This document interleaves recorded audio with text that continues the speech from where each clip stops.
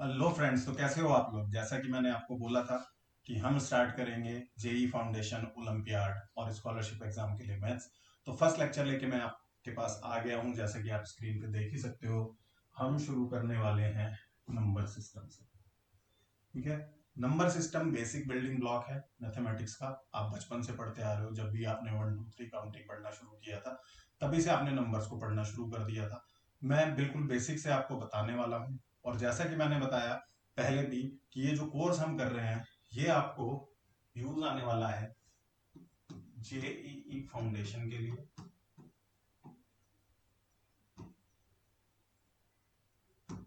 ठीक है। उसके बाद अगर कोई ओलंपियाड एग्जाम आप दे रहे हो, ठीक है, आईयूक्यूएम को छोड़ के, आईयूक्यूएम आरएमओ इनमो इनको छोड़ के जो आप एग्जाम दे रहे हो उसमें काम आने वाला है। ठीक है। स्कॉलरशिप एग्जाम्स,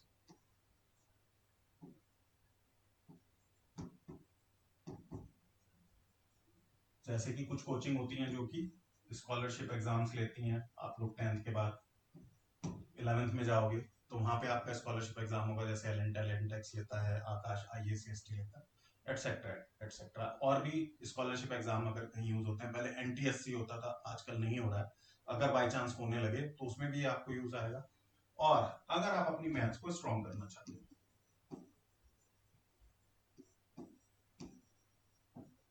क्योंकि ये वाली जो मैथ्स होती है, जो 10th वाली मैथ्स होती है, ये आपको जीवन भर काम आती है। मैंने पहले भी आपको बताया था कि आप सपोज बाद में कैट या किसी भी एमबीए का एंट्रेंस एग्जाम देने जाओ, बैंक की तैयारी करो, एसएससी की तैयारी करो, ये सारी मैथ्स आपको वहां पे काम आएगी। इवन आप किसी सॉफ्टवेयर कंपनीज वगैरह में जब इंजीनियरिंग के बाद इंटरव्यू दोगे, प्लेसमेंट का एग्जाम दोगे, तो उसमें भी आपको क्वांटिटेटिव एप्टीट्यूड के नाम से पूछा जाएगा। ठीक है।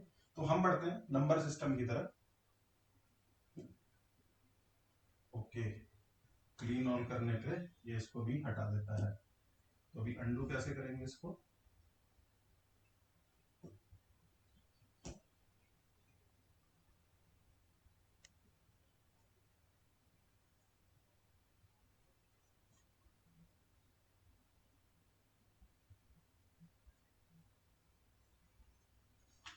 यहाँ से इसको इरेज करेंगे। नई चीज है तो मैं भी अभी सीख ही रहा हूँ इसको।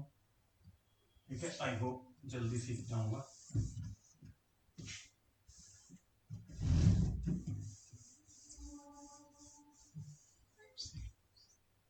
तो सबसे पहले बात नंबर सिस्टम की। नंबर सिस्टम हम पढ़ रहे हैं तो पहले हमें ये तो बताओ व्हाट आर नंबर्स। क्या आपने कभी सोचा है कि नंबर्स क्या है। मैंने यहाँ पे एक लाइन लिखी है, अ साइन सिंबल और words that indicates a quantity. कोई भी साइन, कोई भी सिंबल या वर्ड्स जो एक क्वांटिटी को इंडिकेट करते हैं, उसको हम बोलते हैं न्यूमेरल। NUMERAL, न्यूमेरल बोलते हैं। ठीक है। अब बहुत सारे नंबर सिस्टम होते हैं। जैसे आपने रोमन न्यूमेरल पढ़ा होगा, Hindi numeral, Hindu Arabic numerals, words. ठीक है। न्यूमेरल का मतलब क्या होता है, इससे पहले मैं बात करता हूँ चलो नंबर्स की। ठीक है। A number is an arithmetic value use to represent quantity and making calculation. एक अरिथमेटिक वैल्यू है जो कि क्वांटिटी को डिफाइन करने के लिए, रिप्रेजेंट करने के लिए, कैलकुलेशन को यूज करने के लिए बनाई गई है, वो नंबर है। और भी डेफिनेशन हो सकती है, हम सिंपल सी बात कर रहे हैं। We use numerals, symbols, numerals क्या है, सिंबल्स हैं, to represent numbers, idea behind it. तो बेसिकली क्या है, नंबर्स जो है वो एक आइडिया है। सपोज आपके सामने एप्पल रखे हुए हैं दो। ठीक है। ऐसे करके आपके सामने एप्पल रखे हुए हैं। एप्पल बनाने की कोशिश करता हूं। ठीक है। इस तरह से दो एप्पल रखे हुए हैं। अब आप ये तो बोल रहे हो कि यार ये दो एप्पल है, तो आपके दिमाग में क्या आइडिया आया कि ये क्वांटिटी है, कुछ क्वांटिटी है जिसको कि मैं दो बोल रहा हूँ, लेकिन मुझे इसे रिप्रेजेंट कैसे करना है। तो उसको रिप्रेजेंट करने के लिए हमने किसका यूज किया, न्यूमेरल्स का यूज किया। न्यूमेरल्स का कैसे यूज किया कि अगर आप इसको रोमन में लिख रहे हो तो आप इसको ऐसे लिख दोगे, दो। अगर आप इसको हिंदी में लिख रहे हो, हिंदी के जो अंक बोले जाते हैं, तो आप इसको ऐसे लिखोगे। अगर आप इसको अरेबिक, हिंदू अरेबिक जो कि हम मोस्टली यूज करते हैं नोटेशन, तो आप इसको ऐसे लिख दोगे। और अगर आप इसको इंग्लिश में लिख रहे हैं तो आप इसको लिख दोगे। होप यहां तक आपको मेरी बात समझ आई होगी। सिंपल सी चीज है, बट हम कभी पढ़ते नहीं है, छोटी क्लासेस में पढ़ते हैं, इतना ध्यान नहीं देते। तो ये बात हुई न्यूमेरल्स की और नंबर। अब नंबर सिस्टम क्या है?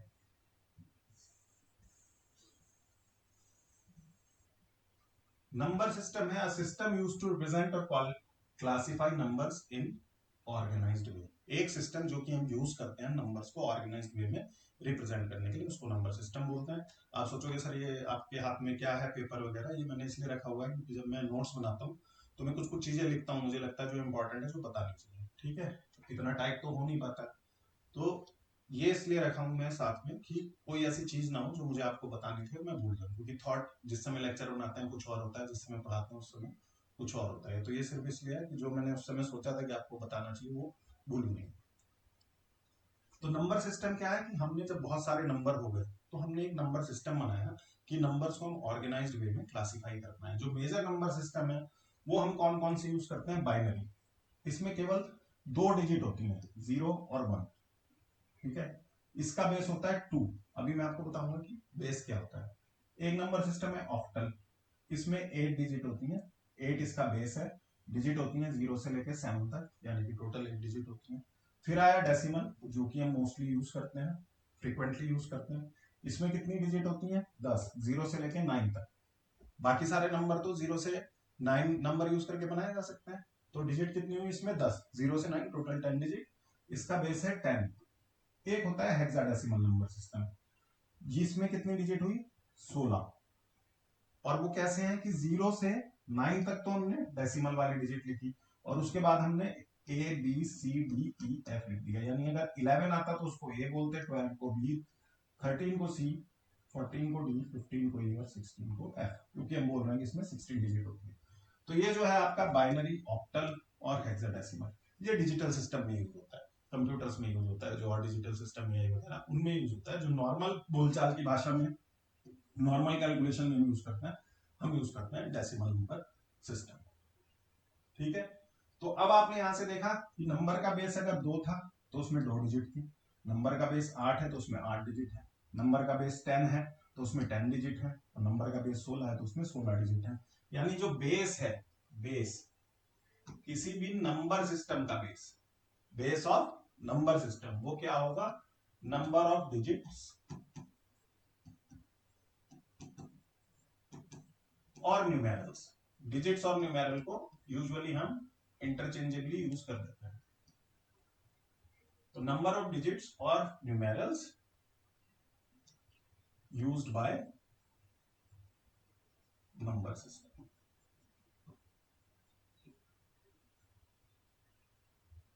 तो ये नंबर का बेस है। इन सभी नंबर को आप एक दूसरे में कन्वर्ट कर सकते हो। मतलब क्या कि बाइनरी को ऑक्टल में कर सकते हो, ऑक्टल को बाइनरी में, ऑक्टल को डेसिमल में, डेसिमल को ऑक्टल में, या बाइनरी को डेसिमल में, बाइनरी को हेक्साडेसिमल में, वो सब हम चेंज कर सकते हैं। वो अभी हमारा इस लेक्चर में, इस टॉपिक में वो चीज हम यूज नहीं करेंगे।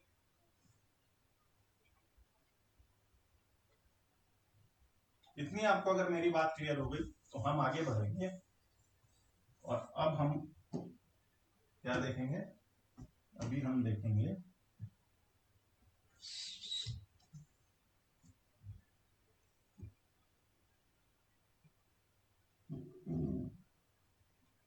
Indian and international system of numeration. ये आपने एनसीईआरटी में पढ़ा होगा, छोटी क्लास में, आई थिंक 6th या 7th में पढ़ा होगा। इंडियन सिस्टम ऑफ न्यूमरेशन क्या है?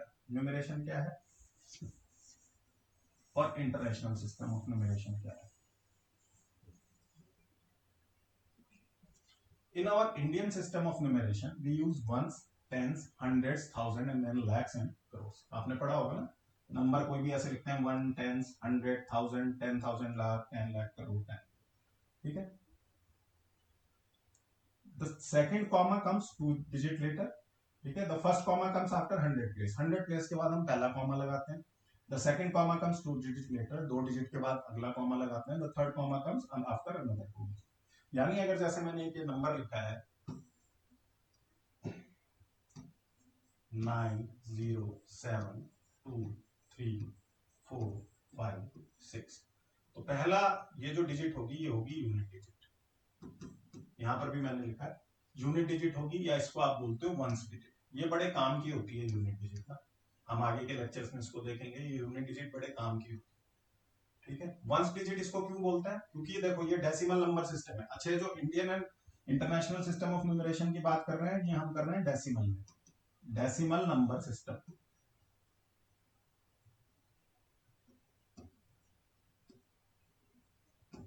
ठीक है ना, मैंने आपको बोला था बाइनरी, ऑक्टल और हेक्साडेसिमल की यहाँ बात नहीं करनी है, डिजिटल सिस्टम में यूज होता है, डेसिमल नंबर सिस्टम की बात करना है। तो इंडियन सिस्टम ऑफ न्यूमरेशन, एक मैंने नंबर लिखा तो ये वंस डिजिट है, यूनिट डिजिट है। यूनिट डिजिट क्यों है, ये 10 की पावर 0 को रिप्रेजेंट कर रही है, या 10 की पावर 0 का मल्टीपल है, अभी मैं बताऊंगा कैसे। उसके बाद इसको आप बोलते हो टेंस डिजिट, ये वाली डिजिट आई, इसको आपने बोला टेंस डिजिट, क्यों बोला, क्योंकि ये 10 की पावर 1 का मल्टीपल है। फिर ये आई 100 डिजिट, इसको 100 डिजिट क्यों बोला, क्योंकि ये 10 की पावर 2 यानी कि 100 का मल्टीपल। उसके बाद ये आई 1000, 1000 डिजिट आई, यहाँ पे देख सकते हो आप 1000 डिजिट आई, ठीक है। यहाँ पे 5 है, यहाँ मैंने 3 लिखा है, तो इसको 1000 डिजिट क्यों बोल रहे हैं, कि ये 10 की पावर 3 का मल्टीपल है। फिर आई 10,000 डिजिट, तो ये है 10 की पावर 4 का मल्टीपल। लिखने के टाइम में आप क्या करोगे,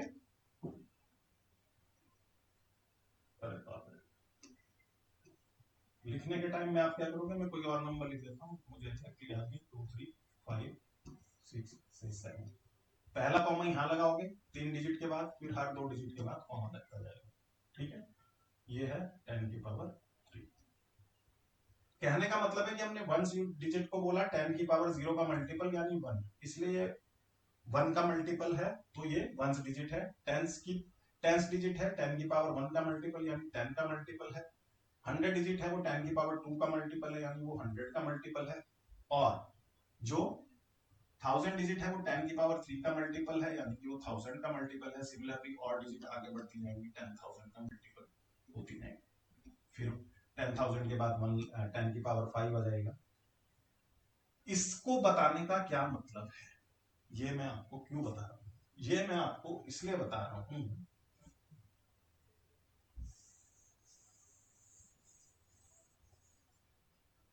कि कोई भी नंबर है, कलर चेंज करके देखूंगा, ये कलर लेके देखूंगा।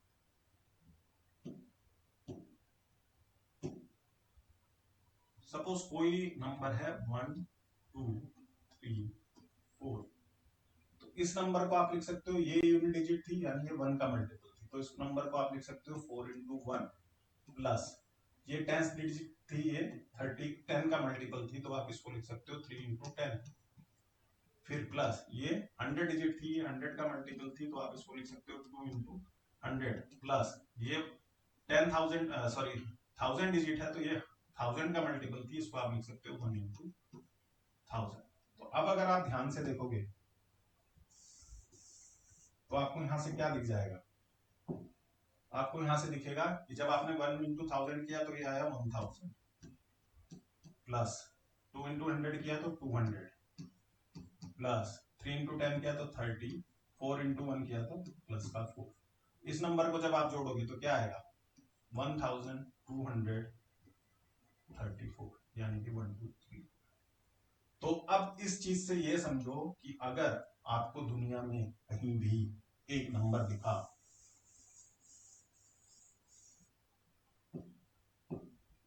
येलो ही ज्यादा सही लग रहा था, अगर आपको दुनिया में एक नंबर दिखा A B C D और हमने बोला ये डेसिमल नंबर सिस्टम है, A 0 से 9 तक कुछ भी हो सकता है, B भी कुछ भी हो सकता है, C भी और D भी कुछ भी हो सकता है, तो आप इस नंबर को कैसे लिख सकते हो, इस नंबर को आप हमेशा लिख सकते हो, ये वंस डिजिट हुई, ये टेंस हुई, ये 100 हुई, ये 1000 हुई, तो आप इस नंबर को हमेशा लिख सकते हो 1000A plus 100B plus 10C और प्लस D। ये चीज और ये चीज एक ही बात है। मैं इसको इसलिए आपको समझाना चाह रहा था, इस पे कई बार क्वेश्चन आ जाता है, ठीक है। डिजिट इंटरचेंजेबली के आ जाते हैं, या फिर ये आ जाता है कि एक नंबर ऐसे दिया हुआ है 3 डिजिट ही है, चौथे डिजिट बताओ, या कुछ भी, वो हम सब क्वेश्चंस में देखेंगे, बट आपको ये चीज याद रखनी है कि अगर मुझे डेसिमल नंबर सिस्टम में कोई नंबर एबीसीडी दिया हुआ है तो मैं उसको ऐसे लिख सकता हूँ, जो जिस प्लेस पे है उसके साथ उसकी मल्टीपल कर दो। ये 1000 प्लेस में था 1000 की मल्टीप्लाई कर दी, ये 100 प्लेस में था 100 की कर दी, ये टेंस में था 10 की कर दी, ये वंस पे था तो 1 की कर दी, है ना। ये डी का मतलब 1 इंटू डी। ठीक है, इतनी बात आपको मेरी क्लियर होगी।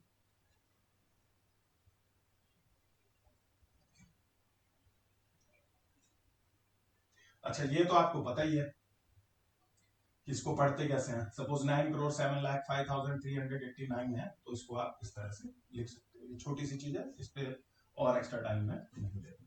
अगली बात करते हैं। ठीक है, एक दूसरा नंबर भी मैंने आपको यहाँ पे लिख के दिखाया है, वो भी आप देख सकते हो।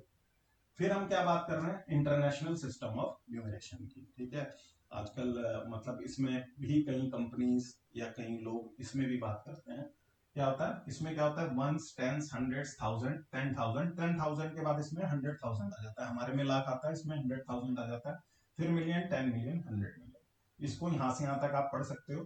ठीक है, क्योंकि इसको हम ज्यादा यूज नहीं करते तो इसको मैं इतना बताऊंगा नहीं, छोटी क्लासेस में आप पढ़ भी चुके हो, वीडियो को पॉज करके आप इसको पढ़ सकते हो। इंपॉर्टेंट चीज जो अगली आएगी वो आएगी face value and place value. Face value क्या है? Face value is the actual value of any number. ठीक है, सपोज आप सोचो एक नंबर है 1 4 5 2 3 5 7 6 5 4 9 2 3 6, इस तरह का नंबर है। अब मैंने आपसे पूछा कि भाई इसमें 5 की फेस वैल्यू क्या है, तो फेस वैल्यू क्या होगी? Actual value. तो 5 की एक्चुअल वैल्यू हमेशा क्या है? 5। 5 यहाँ यूनिट डिजिट पर आ रहा है, लेकिन मैंने पूछा कि इसकी फेस वैल्यू यानी एक्चुअल वैल्यू क्या है, आपने बोला 5। ठीक है, 5 यहाँ पे 100 डिजिट में आ रहा है, लेकिन मैंने पूछा फेस वैल्यू क्या है, तो आपने बोला फेस वैल्यू का मतलब एक्चुअल वैल्यू यानी कि 5। 5 आप यहाँ पे देखो किसके बाद आ रहा है, यूनिट, 10, 100, 1000, 10,000, लाख, लाख में आ रहा है, लेकिन क्या हो रहा है, मैंने पूछा फेस वैल्यू, तो आपने बोला 5। फेस वैल्यू जैसे आदमी के लिए बोल देते ना कि यार इसकी फेस वैल्यू क्या है। ठीक है, तो यार ये तो जो है बहुत झूठा आदमी है, फेस वैल्यू मीन्स झूठा है, इसकी बात का भरोसा नहीं करना, तो वो फेस वैल्यू होगी। ठीक, जस्ट एक एग्जांपल दिया, या दोस्त है कि यार ये तो हमेशा ना कुछ भी ट्रैवलिंग का प्लान बना उसमें गच्चा मारता है, तो उसकी फेस वैल्यू हो गई कि यार ये तो गच्चा करेगा, ये नहीं जाने वाला है साथ। ठीक है, समथिंग लाइक दैट। उसके बाद जो अगली चीज आई वो I place value. Place value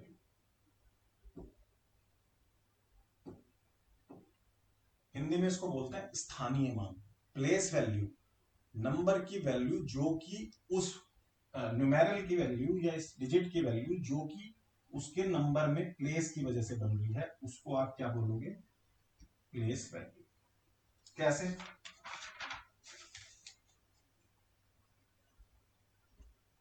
place value को आप लोकल वैल्यू भी बोल देते हो, of the digit is product of its face value, the digit itself and its place in the number. अब आपने यहां पे तो ये लिखी थी फेस वैल्यू, अब मैंने पूछा यहाँ 5 की प्लेस वैल्यू क्या है, तो 5 किसकी जगह आ रहा है? यूनिट की जगह, तो आपने बोला 5 1 इंटू 5, यानी इसकी प्लेस वैल्यू कितनी होगी? 5। ठीक है, ये यहाँ पे आ रहा है 100 की जगह, तो इसकी प्लेस वैल्यू कितनी हो जाएगी? 5 इंटू 100, यानी कि कितनी? 500। फिर ये 5 है, इसकी कितनी हो जाएगी प्लेस वैल्यू? बिना मल्टीप्लाई किए लिखें तो इसको पकड़ लो और इसके आगे जितनी भी डिजिट है उतनी जीरो लगा दो, तो 1 2 3 4 5, 5 जीरो है तो इसके आगे 5 डिजिट है तो 5 जीरो लगा लो, 1 2 3 4 5। तो इसकी प्लेस वैल्यू यहाँ 5 की क्या हो गई? 5 के बाद 5 टाइम्स 0, तो दो चीज हो गई। ठीक है, अब कोई बंदा है जैसे आप जानते थे कि यार ये तो बहुत झूठा है, लेकिन क्या हुआ, वो बहुत बड़ी पोजीशन पे पहुंच गया, तो पोजीशन पे पहुंचा तो उसकी प्लेस वैल्यू हो गई। सपोज किसी कंपनी का सीईओ बन गया, तो प्लेस वैल्यू क्या है कि that particular person is the CEO of a particular company. लेकिन आप बचपन से जानते हो कि यार झूठा है, तो फेस वैल्यू क्या है? वो तो झूठा है यार, तो झूठा ही रहेगा। तो फेस वैल्यू हो गई एक्चुअल वैल्यू, और प्लेस वैल्यू हो गई कि पोजीशन की वजह से जो वैल्यू है उसको बोला आपने प्लेस वैल्यू या लोकल वैल्यू। इसको लोकल वैल्यू भी बोल देते हो।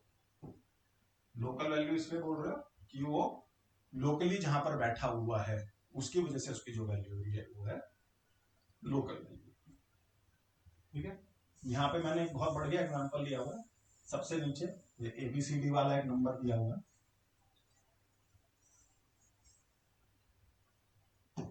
ओके, ऐसा तो नहीं कि आपको दिख ही ना रहा हो।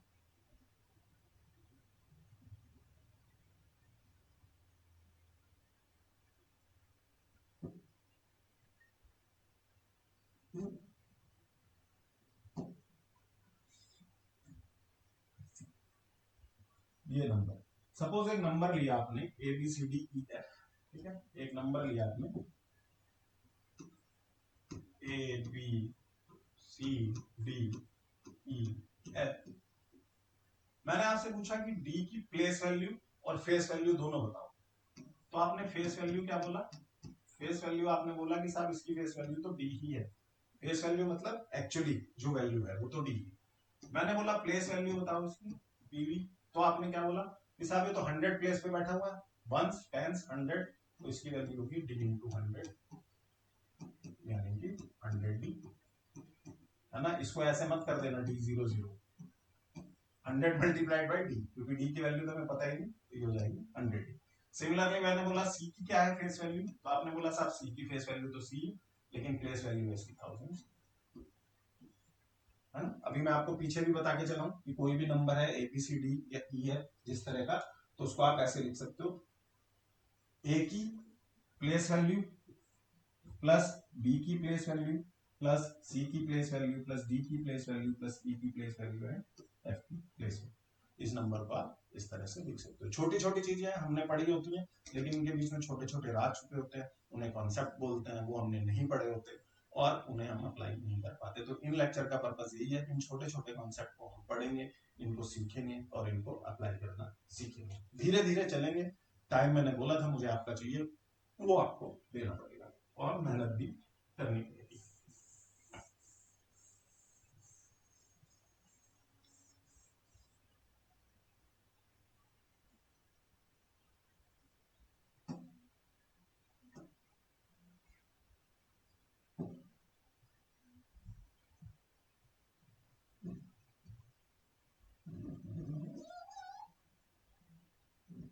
इसमें भी ऊपर छोटा सा एक एग्जांपल है, उसको आप छोड़ सकते हैं और उसको आप देख सकते हैं, छोड़ नहीं सकते, उसको आप देख सकते हैं। ठीक है, मैं उसको डिस्कस नहीं करने वाला। मैं अगली इंपॉर्टेंट चीज पे आ रहा हूँ आपके साथ, वो है क्लासिफिकेशन ऑफ नंबर्स। ठीक है, क्लासिफिकेशन ऑफ नंबर्स बहुत इंपॉर्टेंट है।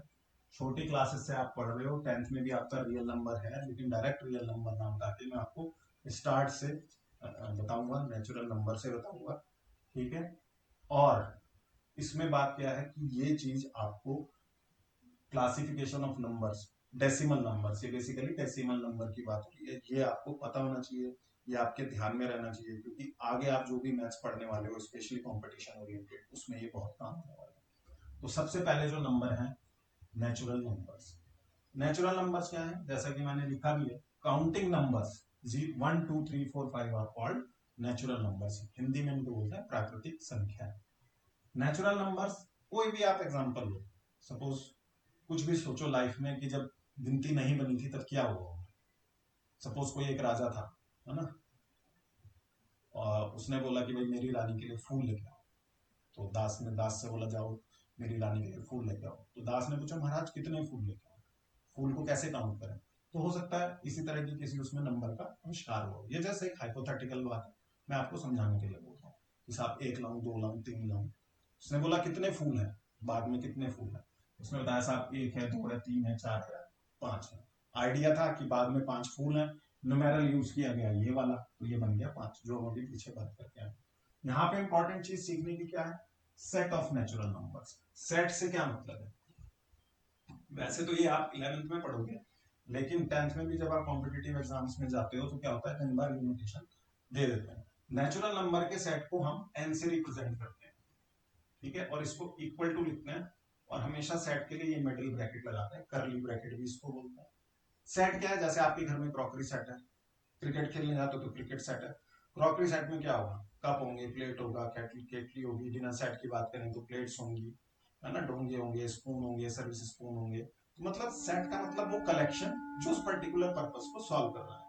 तो हम क्या कर देते हैं कि नेचुरल नंबर के कलेक्शन को दिखाने के लिए हम n is equals to n set है नेचुरल नंबर का, इसको हम बोल देते हैं नेचुरल नंबर क्या है, 1 से शुरू होते हैं और अनंत तक यानी इंफिनिटी तक जाते हैं। तो हम लिखते हैं कि पहला नेचुरल नंबर 1 है, उसके बाद हम कॉमा लगाते हैं, फिर हम लिखते हैं नेक्स्ट नेचुरल नंबर 2, फिर 3, फिर 4। अब ये तो बहुत है, हम लिखते तो कितना जाएंगे, तो हम यहाँ पे 3 डॉट लगा देते हैं और इस ब्रैकेट को बंद कर देते हैं। इन 3 डॉट का मतलब कि ये चले जा रहा है। ऐसे बोले तो जो नेचुरल नंबर है वो 1 2 3 4 और ये चलते जाएंगे और कहां तक जाएंगे, इनफाइनाइट। इनफाइनाइट मतलब बहुत बड़ा, हम पता ही नहीं कर सकते, नंबर तो कितने बना लो ना, तो ये इनफाइनाइट तक चलते जाएंगे। कई बार हम बोल देते हैं, अगर हमने बोला कि x जो है वो एक नेचुरल नंबर है,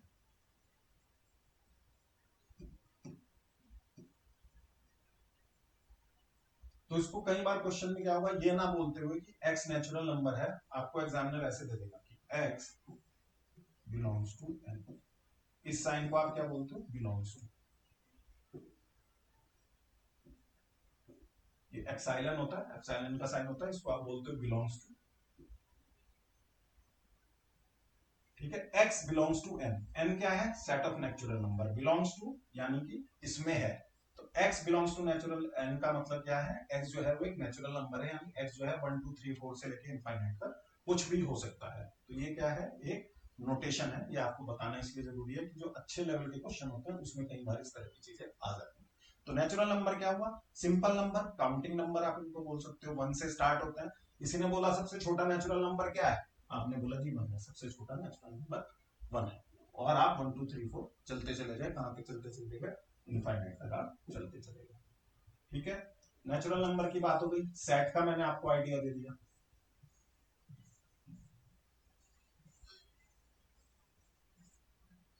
अब अगले नंबर कौन से है हमारे पास, होल नंबर्स, इनको हम रिप्रेजेंट करते हैं डब्ल्यू से।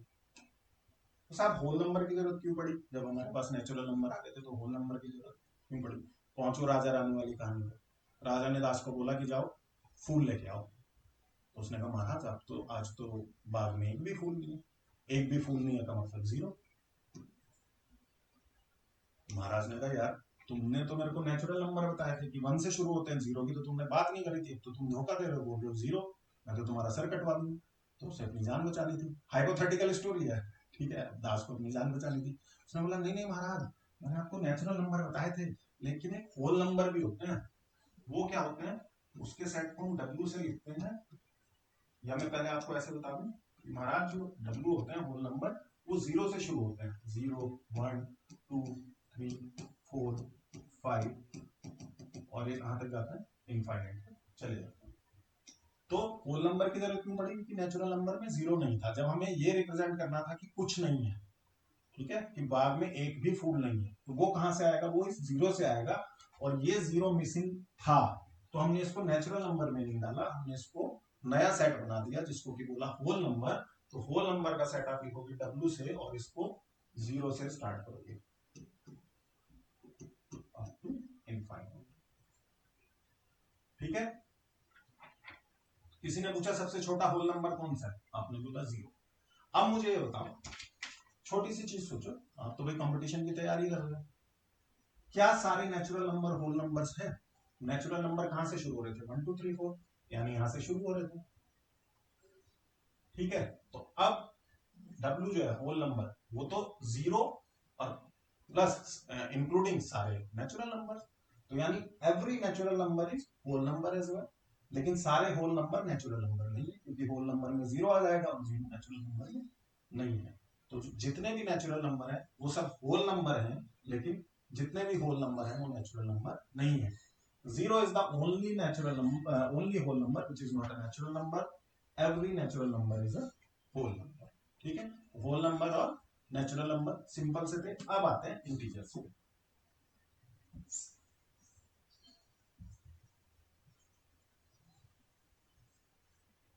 क्या है इंटीजर्स, बहुत आप लोगों ने ये चीजें पढ़ी हुई होंगी।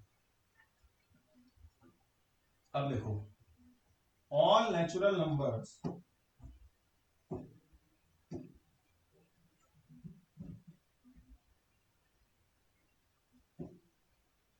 all natural numbers, zero and negative of counting numbers, -3, -2, -1, 0, 1, 2, 3 and so on together form a set of integers.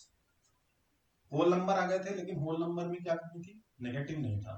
Negative का मतलब कि जैसे वही कहानी में चलो, ठीक है ना, राजा सुबह घूमने निकला तो उसने देखा कि 10 फूल लगे हुए हैं, शाम को आया तो 5 ही फूल थे, तो बोला कि भाई ये वो कहाँ गए, बाकी के 5 फूल कहाँ गए, 5 फूल कम हो गए, कम कमी को दर्शाना है, कमी को बताना है, 5 फूल तो जी दूसरी रानी को दे दिए थे आपने, है ना। तो वहां पे चीज क्या है, -5, यानी सुबह 10 फूल थे, अभी 5 बजे, तो 10 में से 5 कम हो गए, मेरे पास अभी 5 ही फूल बचे। तो फिर राजा ने पकड़ लिया दास को कि भाई ये क्या चक्कर है, अभी तो तुमने जो होल नंबर बताए थे उसमें तो कुछ आया नहीं वैसा, माइनस वाली चीज तो नहीं है। तो दास को फिर अपने प्राण बचाने थे, उसने बोला नहीं नहीं महाराज, इंटीजर्स भी होते हैं और उनको आप जेड बोलते हो या आई बोलते हो, कई बार आपको ये जेड लिखा हुआ मिलेगा एंड कई बार ये आपको आई भी लिखा हुआ मिलेगा, दोनों का नोटेशन सेम ही है। क्या हुआ, z जो हुआ वो शुरू हुआ -∞ से, चलता गया, -3 आया, -2 आया, -1 आया, फिर 0 आया, उसके बाद 1 आया, 2 आया, 3 आया एंड सो ऑन इनफाइनाइट आया। ठीक है, यानी माइनस से लेके और प्लस तक जितनी भी नंबर्स हैं, जितनी भी संख्या है, वो सारे इंटीजर्स में आ गए। ठीक, इसका आपको सेट लिखना हुआ तो आप इसका सेट कैसे लिखोगे, सेट आप इसका लिखोगे z is equals to, infinite नहीं लिखोगे सेट में, शुरू में 3 डॉट लगाओगे क्योंकि माइनस से आ रहा है, -3, -2, -1, 0, फिर 1, फिर 2, फिर 3, और सॉरी इनफाइनाइट तो इसमें लिखोगे नहीं यार, क्योंकि ये क्या है, इसमें आप 3 डॉट लगाओगे, 1, 2, 3 और इसको बंद कर दोगे, z हो गया। कई बार इसको i भी बोल देते हैं, मोस्टली आपको z लिखा हुआ मिलेगा, कई कई बुक्स में, कई कई क्वेश्चन पेपर में आपको i भी लिखा हुआ मिल सकता है। तो z क्या हो गए, z में नेगेटिव नंबर भी आ गए, क्या सारे होल नंबर आ गए z में, जी हाँ सारे होल नंबर आ गए, 0 से शुरू होकर आगे तक ये सारे होल नंबर ही तो थे, तो यानी every whole number is an integer. Natural number आ गए, नेचुरल नंबर भी आ गए, तो यानी जो नेचुरल नंबर है सारे वो भी इंटीजर है, लेकिन इसका रिवर्स ट्रू नहीं है, सारे इंटीजर होल नंबर नहीं है। ये सेट ऑफ इंटीजर्स की बात होगी। अब इसमें एक बहुत इंपॉर्टेंट चीज बताता हूं मैं आपको, जहां पे कंफ्यूजन का चांसेस बन जाता है। ये क्या होगा,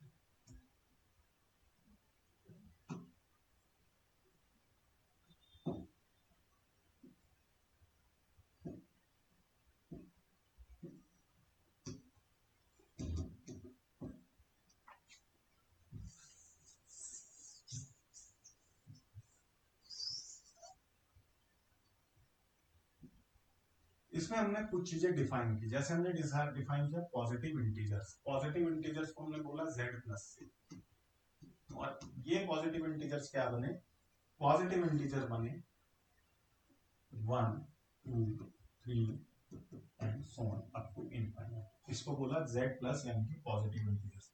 तो आप अगर ध्यान से देखोगे तो ये जो पॉजिटिव इंटीजर्स हैं ये सारे नेचुरल नंबर हैं।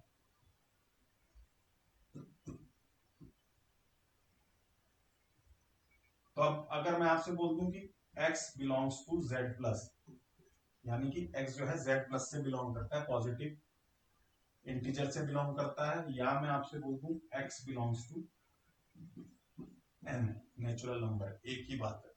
कई बार कंफ्यूज करने के लिए आपको z प्लस लिख के दे देगा क्वेश्चन में, तो इसका मतलब x जो है वो अभी भी नेचुरल नंबर है, पॉजिटिव इंटीजर है, और x बिलोंग्स टू n वो भी नेचुरल नंबर है, पॉजिटिव इंटीजर है। ठीक है, उसके बाद आया नेगेटिव इंटीजर।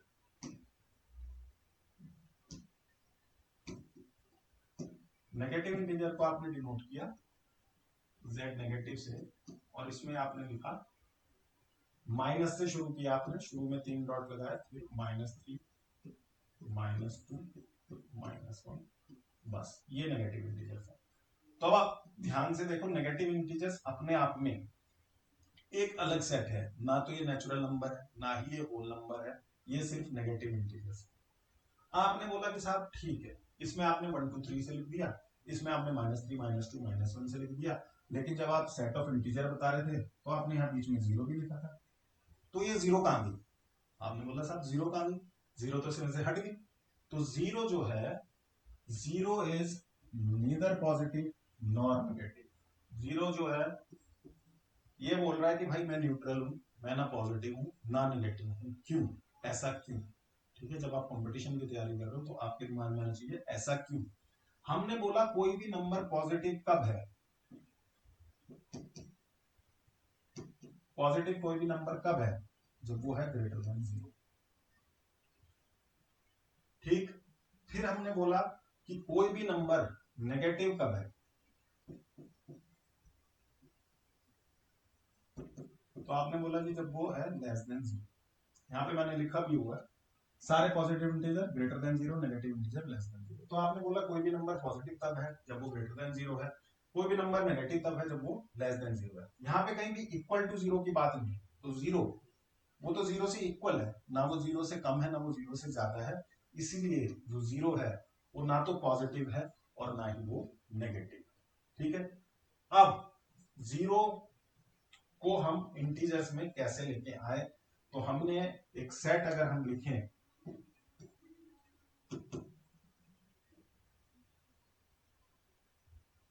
यहां तक क्लियर हो गया? सेट एक अगर हम लिखें इसका, हम एक सेट लिख रहे हैं नॉन पॉजिटिव इंटीजर्स का। नॉन पॉजिटिव इंटीजर्स, नेगेटिव नहीं बोल रहा हूं। नेगेटिव जब मैंने बोला था तो z माइनस -4 -3 -2 -1, अभी मैं कह रहा हूं नॉन पॉजिटिव, ऐसे इंटीजर जो पॉजिटिव नहीं है। तो उनमें कौन से आ जाएंगे? सारे तो नेगेटिव आ जाएंगे, इनफाइनाइट से चलो -4 -3 -2 -1 सारे नेगेटिव आ जाएंगे। और नॉन पॉजिटिव, मैंने बोला 0 ना ही पॉजिटिव है ना ही नेगेटिव है, तो नॉन पॉजिटिव में 0 भी आ गया आपका, जब आप नॉन पॉजिटिव इंटीजर की बात करते हैं। सिमिलरली ये इंपॉर्टेंट चीज है, ये ध्यान देना। एक और इंपॉर्टेंट चीज है non negative integers. Non negative integers की जब मैं बात कर रहा हूं, नॉन नेगेटिव मतलब ऐसे इंटीजर्स जो नेगेटिव नहीं है। ठीक है, तो नेगेटिव कौन कौन से नहीं है? वो इंटीजर जो पॉजिटिव नहीं है, यानी 1 से लेके और आगे तक के सारे, ये तो पॉजिटिव है नहीं, तो ये। और 0 भी ना तो पॉजिटिव है ना ही नेगेटिव है, तो नॉन नेगेटिव में 0 भी आ जाएगा। तो 0 1 2 3 4 नॉन नेगेटिव इंटीजर्स हो जाएगा। और अगर आप इस पूरे सेट को ध्यान से देखोगे तो ये होल नंबर का सेट बनता है। ठीक है, तो जो नॉन नेगेटिव इंटीजर्स हैं वो होल नंबर हो जाएंगे। इस चीज को आप अगर क्लियर नहीं है तो एक दो बार और देख लेना, आपको क्लैरिटी आ जाएगी। 0 जो है बहुत गड़बड़ करता है। नॉन पॉजिटिव इंटीजर मतलब इंटीजर्स जो कि पॉजिटिव नहीं है, यानी कि या तो नेगेटिव है या 0 है। नॉन नेगेटिव इंटीजर्स, इंटीजर्स जो कि नेगेटिव नहीं है, यानी कि या तो पॉजिटिव है या फिर 0 है। ठीक है,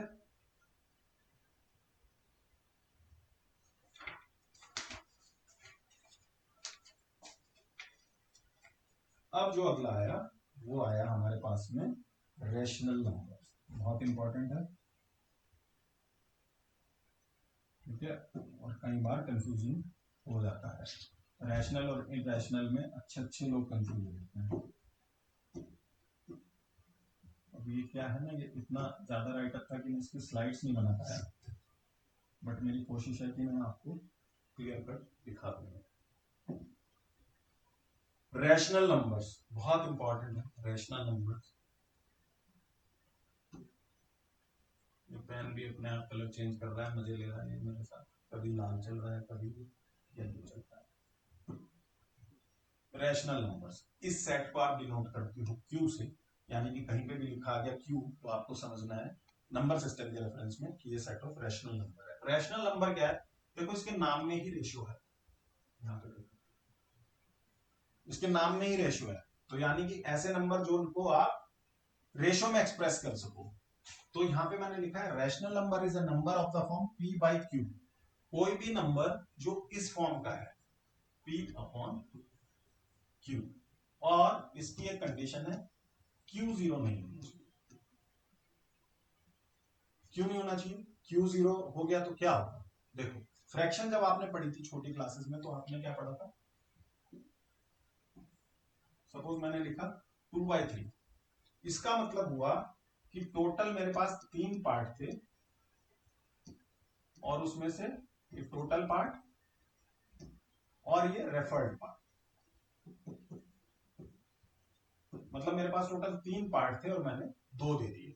सपोज वही राजा रानी वाली कहानी पे चलो, तो उसने बोला कि भाई गार्डन में जितने भी फूल हैं उसका 2/3 ले आओ, यानी कि अगर 3 फूल हैं तो 2 फूल रानी के लिए ले आओ, 2/3।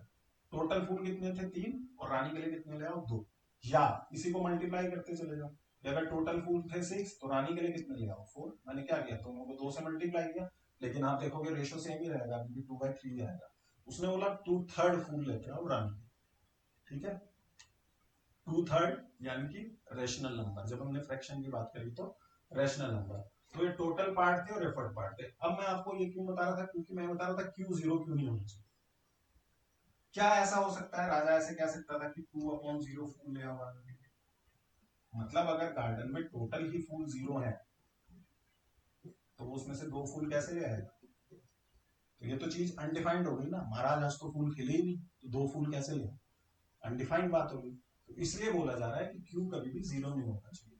पी और अपॉन क्यू किसी भी फ्रैक्शन का डिनोमिनेटर, ये न्यूमरेटर है ये डिनोमिनेटर है, अगर ये 0 हो जाता है तो वो फ्रैक्शन अनडिफाइंड है। क्यों अनडिफाइंड है वो मैंने आपको लॉजिक समझा दिया कि जो नीचे लिखा है न्यूमरेटर वो टोटल पार्ट को रेफर करता है, और जो ऊपर लिखा है, सॉरी जो नीचे लिखा है डिनोमिनेटर वो टोटल पार्ट को रेफर करता है, ऊपर जो न्यूमरेटर लिखा है वो उस पार्ट में से आपने कितने यूज किए कितने छोड़े, फ्रैक्शन, उसको डिनोट करता है।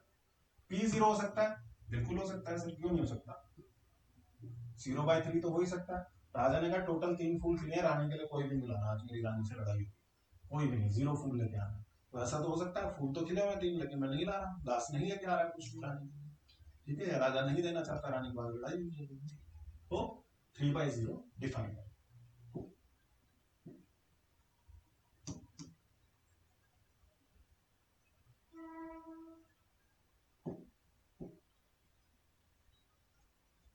अब अगर मैं एक छोटी सी बात आपको बोलूं कि इसके सेट को मैं कैसे लिखूं, मैंने बोला इसके सेट को साहब मैं ऐसे लिखता हूं, Q is equals to P by Q. अब नंबर तो बहुत सारे होते हैं ना, इसमें तो आप लिख ही नहीं सकते, फ्रैक्शन तो बहुत सारी हो सकती है, तो आप कहां से शुरू करोगे और कहां पे खत्म करोगे, नहीं आएगा, तो आपने इसको लिखा Q is equals to P by Q, ठीक है, P बाई क्यू की फॉर्म का P comma Q belongs to Z,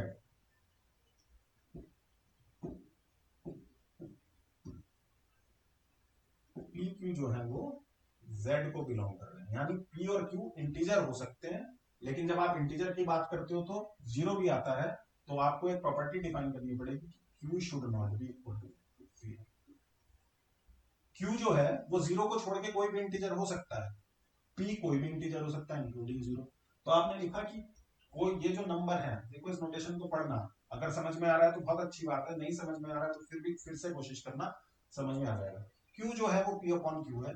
P upon Q क्या है, जब मैंने लिख रहा हूँ P अपॉन Q तो मुझे ये भी तो बताना पड़ेगा P और Q क्या है, तो मैंने बोला P Q Z को बिलोंग करते हैं, यानी P और Q इंटीजर है, P और Q इंटीजर है। देखो मैंने यहाँ पे वर्ड्स में लिखा है rational number is a number of the form P upon Q where P and Q are integers and Q should not be equal to 0। P and Q are integers, उसको mathematical भाषा में आपने लिखा P Q belongs to Z, Q should not be equal to 0, ठीक है, इतनी बात समझ में आ गई। इंपॉर्टेंट चीज है रैशनल नंबर, इनके नाम में ही रेशो। अब जो बच्चे वाकई में सोच रहे हैं, जो इसको ढंग से पढ़ रहे हैं, उन्होंने दिमाग लगाया, बोले अच्छा सर आप ये कह रहे हो कि P अपॉन Q की फॉर्म का कोई भी नंबर वो रैशनल नंबर होगा, Q 0 नहीं होना चाहिए, तो सर मुझे एक बात बताओ, 1 तो नेचुरल नंबर है लेकिन मैं इसको लिख सकता हूं 1/1, तो क्या ये रैशनल नंबर है, मैंने बोला भाई रेशनल नंबर है तो आइए इसकी प्रॉपर्टीज वो करेगा, सेटिस्फाई करेगा। आप देखो P अपॉन Q इसकी फॉर्म का तो है भाई, 1 को मैं 1/1 तो लिख ही सकता हूँ।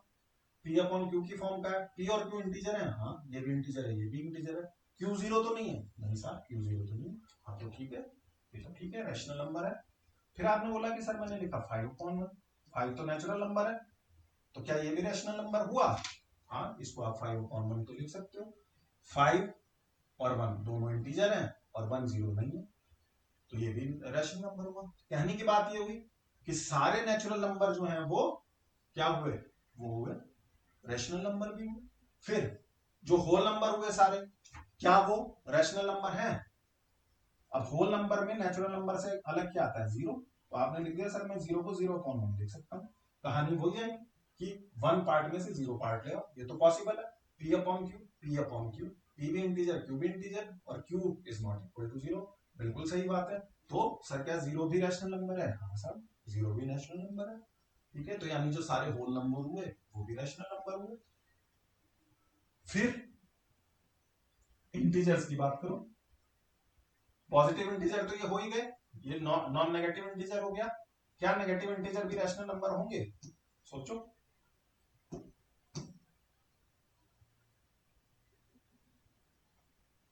नेगेटिव इंटीजर क्या रैशनल नंबर होंगे? अगर मैं कोई नंबर लिखूं -2/1, क्या ये रैशनल है?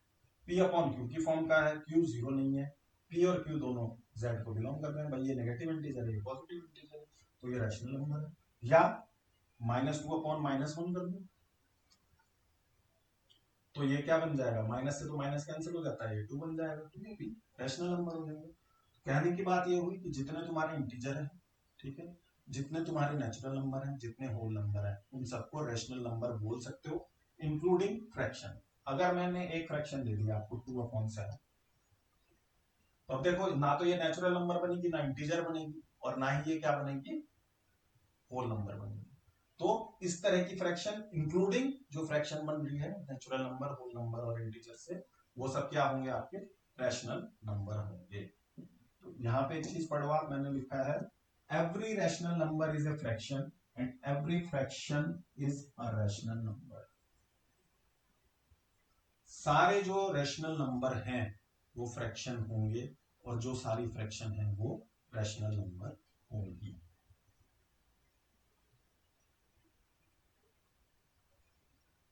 अब इंपॉर्टेंट चीज एक और, यहां तक मैं समझता हूं सब क्लियर हो गया होगा आपको।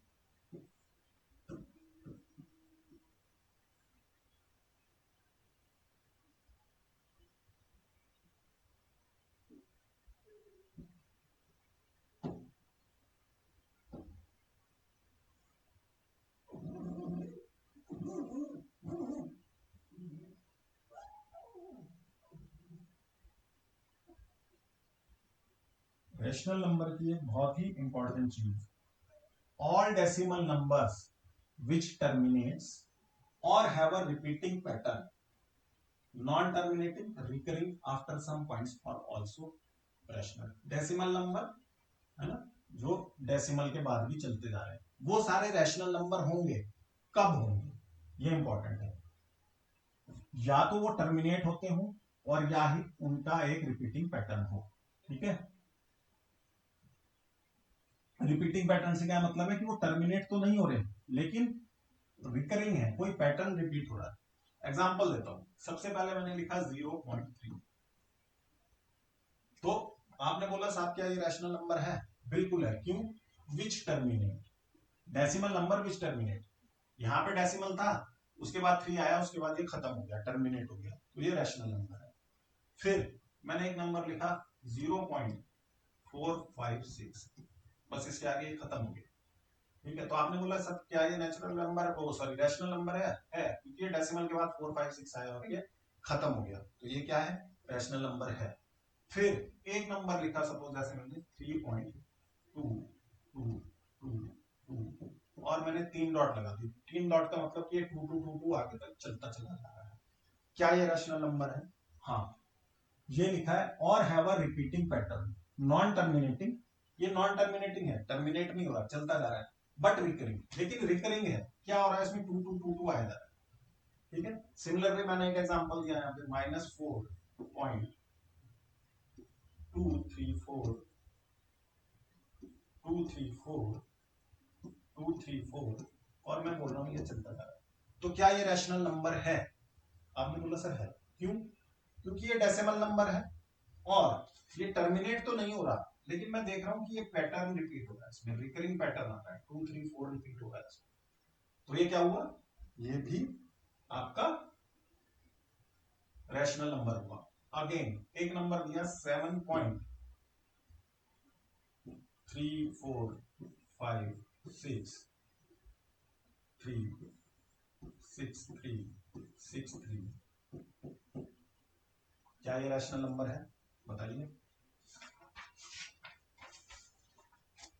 आपने ध्यान से देखा, आपने बोला साहब डेसिमल नंबर है, उसके बाद 3 4 5, ये टर्मिनेट भी नहीं हो रहा, लेकिन ये वाला पार्ट देखो तो ये रिकरिंग बन जा रहा है। टर्मिनेट नहीं हो रहा बट रिकरिंग है, तो ये वाला पार्ट रिकरिंग हो जा रहा है, यानी ये भी रैशनल नंबर है। तो ये इंपॉर्टेंट चीज है, all decimal numbers which terminate, जो या तो टर्मिनेट हो गए और हैव अ रिपीटिंग पैटर्न, या जिनका की रिपीटिंग पैटर्न है, non terminating but recurring after some points, कुछ समय के बाद जो रिकरिंग हो गए, आर ऑल्सो रैशनल। ठीक है।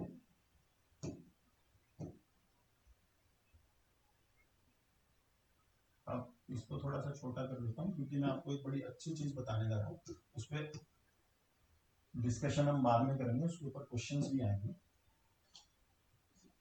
देखो ये तो टर्मिनेटिंग है, ये भी टर्मिनेटिंग है, ये नॉन टर्मिनेटिंग है, तो इसको हम क्या लिख सकते हैं ना, इसको हम कई बार लिख देते हैं ऐसे 3.2 बार, 2 के ऊपर बार लगा देते हैं, जो चीज रिपीट होती जा रही है इस पे हम बार लगा देते हैं। तो कहीं पे भी आपको ये नंबर दिखे 3.2 बार ऐसा, तो यानी कि 3.2 और 2 रिपीट होता चला जाएगा। ये नंबर दिखा -4.234234, तो इसको हम लिख सकते हैं 4.234। क्या रिपीट हो रहा है? 234 रिपीट हो रहा है, इसके ऊपर बार लगा दिया। ऐसे भी लिख सकते हैं। इन नंबर्स को हम बाद में डिस्कस करेंगे, इनको कैसे कन्वर्ट करना है, कैसे फ्रैक्शन बनाना है, वो चीजें बाद में देखेंगे। फिलहाल के लिए आप इतना समझिए। ये नंबर है 7.345636363। तो अब तक आप समझ गए होंगे कि इस नंबर को मैं बार नोटेशन में लिखूं तो कैसे लिखूंगा। 7.345 345 तो रिपीट नहीं हो रहा, रिपीट क्या हो रहा है 636363, तो केवल 63 के ऊपर मैं बार लगा दूंगा। ठीक है। कई बार ये नंबर आपको ऐसे भी लिखा हुआ मिल सकता है 3.2 और ऊपर सिर्फ डॉट लगा देता है। रेयर नोटेशन है बट मिल जाता है कई बार। मेरी ड्यूटी है आपको बताना। -4 पॉइंट, अब ये 234 है तो ऐसे लिख देंगे 234, एक डॉट 2 पे लगा देंगे, एक डॉट 4 पे लगा देंगे। आपको क्या समझना है कि जो दोनों डॉट है ना मैं इसको मिला दूं बस, तो यानी 234 के ऊपर बार है।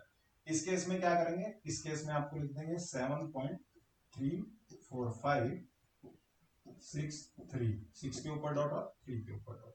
तो आपको क्या करना है, सिंपल आपको समझना है कि इसके ऊपर मुझे बार लगा देंगे, दोनों डॉट को मिला के 636363 होता चला जाएगा। तो ये हो गए रेशनल नंबर। मैंने कोशिश की है कि मैं सारी चीज बताऊं और सिंपलेस्ट पॉसिबल वे में बताऊं। ठीक है। तो सारी चीज बताना और सिंपलेस्ट पॉसिबल वे में बताना, मुझे यही तरीका समझ आया, वो आपको ये समझ आ रहा होगा। अब बढ़ेंगे मोस्ट कंफ्यूजिंग नंबर, जिसमें कि कई बार टीचर भी कंफ्यूज हो जाते हैं इंक्लूडिंग मी, वो है इर्रेशनल नंबर्स। ठीक है। इर्रेशनल नंबर समझने के लिए मैं ये उम्मीद कर रहा हूं कि अभी तक जो मैंने आपको नंबर बताए हैं वो आपने सारे समझ लिए प्रॉपरली। ठीक है। अब देखो इर्रेशनल नंबर क्या लिखा हुआ है, ध्यान से। इर्रेशनल नंबर को आप टी या पी से डिनोट कर सकते हो, इसका जो सेट है टी या पी से डिनोट कर सकते हो। Irrational numbers are the numbers whose expression as a fraction ratio is not possible to obtain its exact value। यानी कि कोई भी ऐसा नंबर, रैशनल नंबर आपने क्या बोला कि जिनकी वैल्यू को लेने के लिए आप उनको रेशियो में एक्सप्रेस कर सकते हो, इंक्लूडिंग डेसिमल नंबर जो कि रिपीटिंग पैटर्न शो कर रहा है या जो टर्मिनेट हुआ है।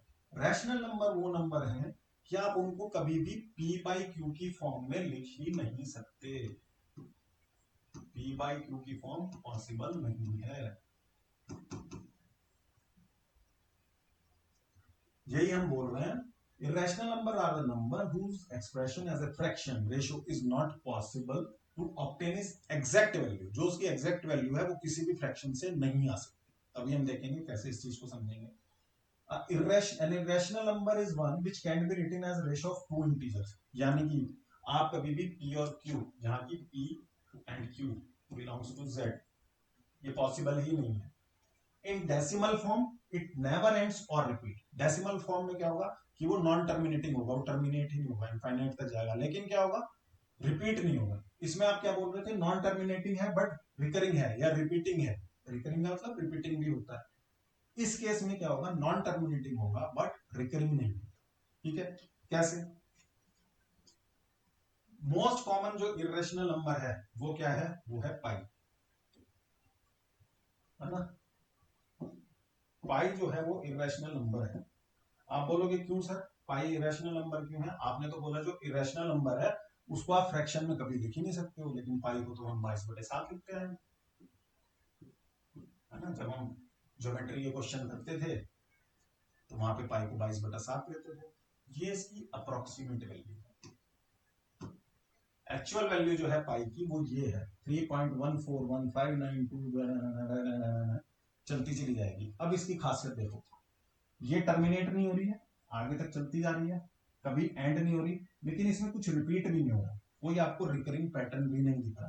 तो जो मोस्ट कॉमन इरेशनल नंबर है वो पाई है, क्योंकि इसको आप कभी भी एक फ्रैक्शनल फॉर्म में लिख नहीं सकते हो। ये वैल्यू किसी भी फ्रैक्शन से नहीं आएगी, इसलिए हम मान लेते हैं अप्रोक्सीमेशन में कि 22/7 जो है अप्रोक्सीमेट वैल्यू है पाई की है 3.14। ये शुरू के दो ले लेते हैं 14। 22/7 को क्यों ले लेते हैं पाई की वैल्यू, 22/7 करके अप्रोक्सीमेटली 3.14 आ जाता है। हम बोल देते हैं कि बाद की संख्या में, बाद के नंबर डिजिट जो है वो नेग्लिजिबल है, उनको छोड़ दे रहे हैं।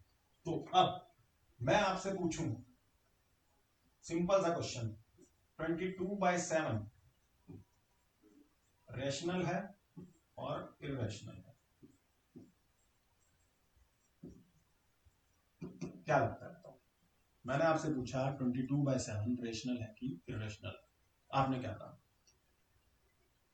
कमेंट सेक्शन में जरूर बताना पहला थॉट आपके दिमाग में क्या है। देखो 22/7 हमेशा रेशनल है। क्यों?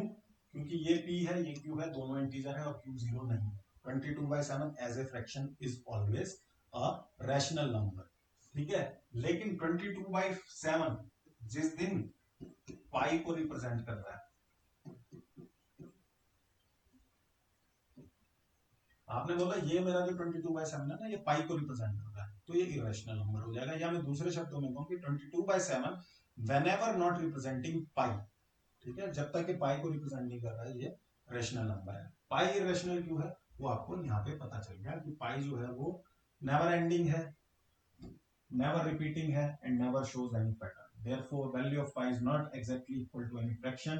The number 3.14 और 22/7 is just an approximation calculation को इजी बनाने के लिए, ठीक है। इन नंबर की, इरेशनल नंबर की जरूरत हमें क्यों पड़ी? इरेशनल नंबर की जरूरत हमें इसलिए पड़ी, ठीक है। अब राजा रानी वाली कहानी भूल जाओ, राजा रानी वाली कहानी खत्म हो गई रैशनल नंबर्स तक, ठीक है। दास ने बोला महाराज इसके आगे मेरे को नहीं समझ आता, आप चाहो तो मृत्यु दंड दे दो, वो कहानी हो गई खत्म। इरेशनल नंबर में एक्चुअली में क्या हुआ, जो ग्रीक्स लोग थे ना, उन्होंने एक बार बोला कि साहब x² = 3। अगर मेरे पास ये है तो x की वैल्यू क्या आएगी, ±√। तो उन्होंने बोला कि अब ये जो √3 है ना, इसकी कुछ भी वैल्यू आ रही है, इसकी वैल्यू आती है वैसे 1.73205080 और ये चलती चली जाएगी, ये कुछ भी रिपीट नहीं। तो इसकी वैल्यू कुछ ऐसी आ रही है। तो हमने देखा कि साहब यार ना तो ये रिपीट हो रहा है, ना ये टर्मिनेट हो रहा है, किसी भी फ्रैक्शन से इसको लिख नहीं सकते। उन्होंने बोला यार नया नंबर एक सिस्टम डिफाइन करना पड़ेगा जो कि होगा रैशनल नंबर, और जिसके भी सेट को हम बोलेंगे टी और पी, ठीक है। इसकी दूसरी डेफिनेशन भी हो सकती है इरेशनल नंबर, ऐसे नंबर जो कि रेशनल नहीं है। रेशनल में सब आ जाता है, नेचुरल भी आ जाते हैं, इंटीजर भी आ जाते हैं, होल नंबर भी आ जाते हैं, और रैशनल तो सारे आ ही जाते हैं। तो ऐसे नंबर जो कि रैशनल नहीं है, रियल नंबर, ऐसे रियल नंबर भी हम देखेंगे क्या होते हैं, ऐसे रियल नंबर जो कि रैशनल नहीं है वो इरेशनल होते हैं, क्योंकि रियल नंबर के बाद एक नंबर और आ जाता है इमेजिनरी नंबर, वो हम इस लेक्चर में भी नहीं पढ़ेंगे, अगर जरूरत पड़ी किसी क्वेश्चन में तो वो आपको बता देंगे, ठीक है। तो ऐसे और नंबर क्या हो सकते हैं, √2, √5 भी ऐसा ही है, √7 भी ऐसा ही है, कुछ नंबर है जो आप याद कर लो, ठीक है। और उसके बाद एक नंबर होता है ई, ये आप पढ़ोगे आगे फिजिक्स में पढ़ोगे, इसको यूलर्स कांस्टेंट बोलते हैं, कई बार आप लॉग भी पढ़ोगे, लॉग टू द बेस ई, ठीक है, हो सकता है 10th में पढ़ो या बड़ी क्लासेस में पढ़ो, लॉग टू द बेस ई, इसको यूलर कांस्टेंट बोलते हैं। तो ये भी इरेशनल नंबर होता है, इसकी भी वैल्यू, सपोज इसकी वैल्यू जो होती है वो होती है 2.71828118 और ये ऐसे चलती चली जाती है, ना टर्मिनेट होती है ना रिपीट होती है। कैलकुलेशन को इजी बनाने के लिए हम इसकी वैल्यू कितनी ले लेते हैं, 2.71 ले लेते हैं। तो ये मैंने यहाँ पे कुछ नंबर लिखे, √3, 2, √5, √7, √8, √99 ई, ये सब आपके क्या हो जाते हैं, इरेशनल नंबर हो जाते हैं। ये कुछ नंबर ऐसे हैं जो आपको याद रखने चाहिए, ठीक है। कंफ्यूजिंग होता है, लेकिन अब मुझे लगता है आपके लिए कंफ्यूजिंग नहीं रहेगा, बशर्ते कि जितने मैंने कॉन्सेप्ट अभी तक नंबर सिस्टम के बताए हैं वो सारे आपने ठीक से समझे हैं, तो आपको समझ आ जाएगा कि ये क्या है।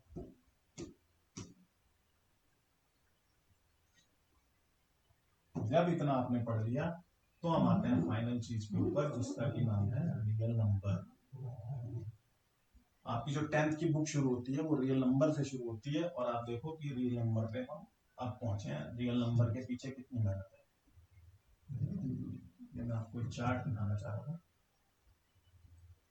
ठीक है। तो जो रियल नंबर है उस सेट को आप बोलते हो आर, सारे नंबर जो कि इरेशनल नंबर और रैशनल नंबर को मिला के बने उन सारे नंबर को आप बोल देते हो रियल नंबर। तो अगर मैं रियल नंबर की बात करूं कि ये जो आपको ये एरिया दिख रहा है ये पूरा, ये अगर रियल नंबर है, ठीक है, तो हमने बोला कि इसमें रैशनल नंबर आए, ठीक है।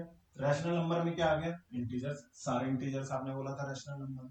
फिर इंटीजर्स में क्या आ गया, होल नंबर, सारे इंटीजर होल नंबर थे। और होल नंबर में क्या आ गया, नेचुरल नंबर, सारे नेचुरल नंबर होल नंबर थे, क्योंकि एक जीरो एक्स्ट्रा ऐड हुआ था, ठीक है। तो सबसे पहले है नेचुरल नंबर, थोड़ा सा एरिया बड़ा होल नंबर हो गया, जीरो इंक्लूड कर दिया, फिर और एरिया बड़ा नेगेटिव नंबर इंक्लूड कर दिया तो इंटीजर हो गया, फिर और एरिया बड़ा फ्रैक्शंस इंक्लूड कर दिए तो क्या हो गए, रैशनल नंबर्स हो गए। इरेशनल नंबर यहाँ पे अलग बैठे हुए हैं, क्यों, क्योंकि वो ना तो रैशनल नंबर थे, ना इंटीजर थे, ना होल नंबर थे, ना नेचुरल नंबर थे।